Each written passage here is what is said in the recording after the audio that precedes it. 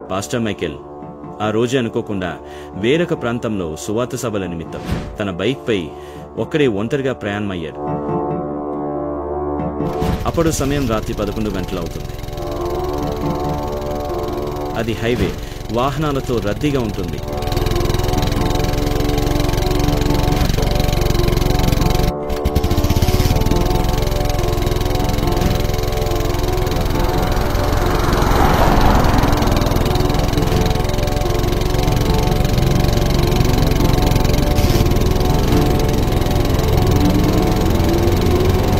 కొంత దూరం వెళ్ళాక సడన్ గా ఏమైందో తెలియదు, కానీ వెనుక నుండి వేగంగా ఒక కారు వచ్చింది.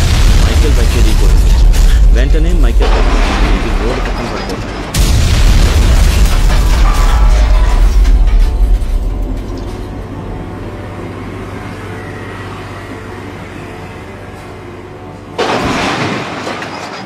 తలకు గాయాలవుతాయి. ఆ సమయంలో ఎవరు కూడా అతన్ని చూడరు. తలకు గట్టిగా తగలడం వల్ల అతను చనిపోతాడు. మరునాడు ఉదయం అక్కడికి ఒక వ్యక్తి వచ్చి చూసి వెంటనే పోలీసు వారికి సమాచారం అందిస్తాడు. వెంటనే పోలీసులు అక్కడికి చేరుకుంటారు. అతను ఎవరు అని అతని వివరాలు సేకరించి మీడియాకు సమాచారం అందిస్తారు. తర్వాత న్యూస్లో బైక్ యాక్సిడెంట్లో పాస్టర్ మైకేల్ అనే వ్యక్తి చనిపోయాడు అని ప్రచారం చేస్తారు. వెంటనే ఆ విషయం తెలుసుకున్న ప్రజలు, క్రైస్తవులు 100 మంది అక్కడికి చేరుకుని నినాదాలు చేస్తారు. కానీ అక్కడ పరిస్థితి గమనించిన ప్రజలు అది యాక్సిడెంట్ కాదు, ఎవరో కావాలనే మైకేల్ను చంపి ఇక్కడ పడేశారు అని వారు అనుమానం వ్యక్తం చేస్తారు. వారి అనుమానం ప్రకారం సీన్ ఒకసారి వెనుకకు వెళ్తే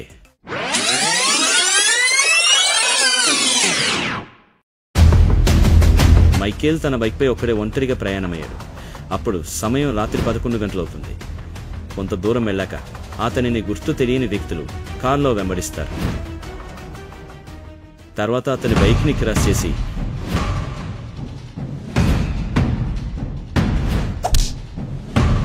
వాళ్ళ దగ్గరున్న కర్రలు, రాడ్లతో మైకేల్ను ఆ మనుషుని కొట్టి పడేస్తారు. కానీ మైకేల్ అక్కడి నుండి తప్పించుకుని వెళ్తాడు. మళ్ళీ వాళ్ళు కారులో అతను వెంబడించి వెనుక నుండి వేగంగా వచ్చి తన బైక్ని గుద్ది వెళ్ళిపోతారు. అప్పుడు మైకేల్ రోడ్ పక్కన పడిపోయి ఉంటాడు. ఇదంతా ప్రజలు ఊహించిన ఊహాగానాలు మాత్రమే. ఏదేమైనా మనమంతా అతని ఆత్మకు శాంతి చేకూరాలని ఆ ప్రభువును ప్రార్థిద్దాం.